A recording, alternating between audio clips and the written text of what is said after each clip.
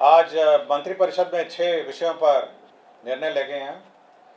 सबसे महत्वपूर्ण निर्णय राज्य में शिक्षा बहाली की और नियुक्ति की नियमावली का निर्णय मंत्रिपरिषद ने आज लिया है। इस नियमावली का नाम होगा बिहार राज्य विद्यालय अध्यापक नियुक्ति, स्थानांतरण, अनुशासनिक कार्रवाई एवं सेवा शर्त नियमावली 2023। इस नियमावली के तहत अब जो भी नियुक्तियां राज्य सरकार शिक्षकों की करेगी वह अब राज्य कर्मी होंगे, राज्य सरकार के कर्मी होंगे। यह एक महत्वपूर्ण निर्णय है। इससे पूर्व आपको जानकारी होगी कि राज्य सरकार राज्य में पंचायत शिक्षक, पंचायत समिति शिक्षक और जिला परिषद के शिक्षक और नगर निकाय के स्थानीय निकायों के शिक्षक रहा करते थे। अब जो भी नई नियुक्ति होगी अब वो राज्य सरकार नियुक्त करेगी। राज्य सरकार नियुक्ति के लिए एक अलग परीक्षा आयोग के माध्यम से लेगी। तो एक आयोग जो राज्य सरकार निर्धारित करेगी, हो सकता है बीपीएससी, हो सकता है कोई भी आयोग जो निर्धारित करेगी, उसके माध्यम से राज्य सरकार परीक्षा लेगी और परीक्षा के माध्यम से ही अब नियुक्तियां होंगी। इस नियुक्ति में भाग लेने के लिए जो अर्हता होगी वह मैं पढ़ देता हूं। इसकी नियुक्ति की जो अनिवार्य अर्हता है, भारत के नागरिक हों और बिहार राज्य के स्थायी निवासी होना चाहिए, ये पहली अर्हता होगी। विद्यालय अध्यापक के पद पर नियुक्ति हेतु राष्ट्रीय अध्यापक शिक्षा परिषद द्वारा समय समय पर निर्धारित शैक्षणिक एवं प्रशासनिक योग्यता धारित करते हों एवं विशेष विद्यालय अध्यापक के लिए अर्हता भारतीय पुनर्वास परिषद के अनुरूप अनिवार्य होगा। तो ये महत्वपूर्ण एक अनिवार्यता है। राज्य सरकार एवं केंद्र सरकार द्वारा समय समय पर आहूत शिक्षा पात्रता परीक्षा में उत्तीर्ण हो, परंतु वर्ष 2012 से पूर्व नियुक्त एवं कार्यरत शिक्षक जो दक्षता परीक्षा उत्तीर्ण होंगे के लिए शिक्षक पात्रता परीक्षा में उत्तीर्ण अनिवार्य नहीं होगा। विषय विशेष के लिए अलग से विशेष अर्हता का निर्धारण विभाग द्वारा समय समय पर किया जाएगा।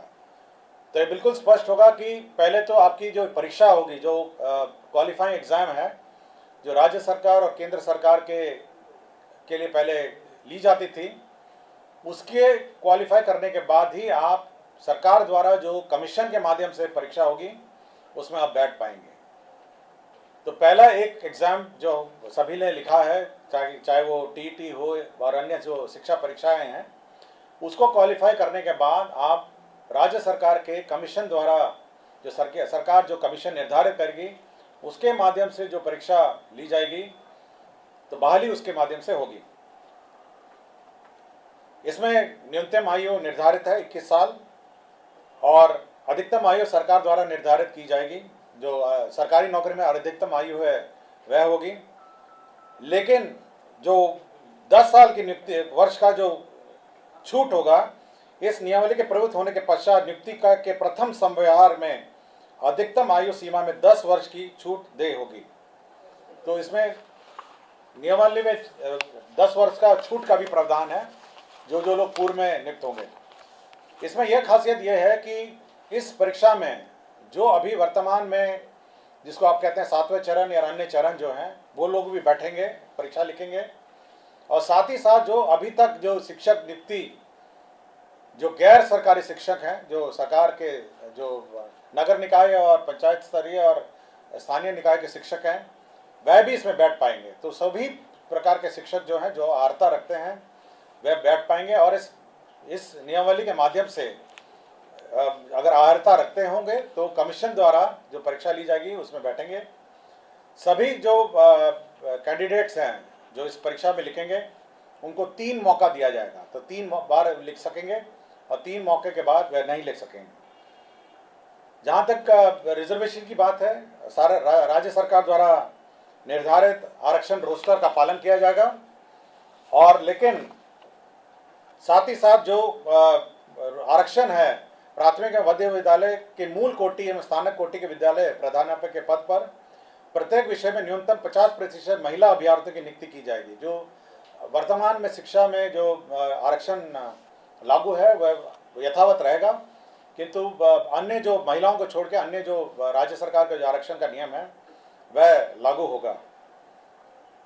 इसके साथ साथ अब सरकार के जो कानून हैं, सरकार के जो नियम हैं, सरकार का जो पेंशन है, सरकार का जो निर्धारित एनपीएस पेंशन है, ये सब लागू होगा। सरकार के जो आचरण है वो लागू होगा। यह नीति अब जिला संवर्ग के रूप में होगी, जिसमें जिला के अंदर स्थानांतरण का प्रावधान है और अंतर जिला का भी स्थानांतरण का विशेष परिस्थिति में प्रावधान है। संपुष्टि, सेवा संपुष्टि भी उसी अनुसार है, शिकायत अपील भी उसी अनुसार है। और कैबिनेट ने यह निर्णय लिया है कि अब अन्य किसी प्रकार से शिक्षा की नियुक्ति नहीं की जाएगी, शिक्षक की नियुक्ति नहीं की जाएगी।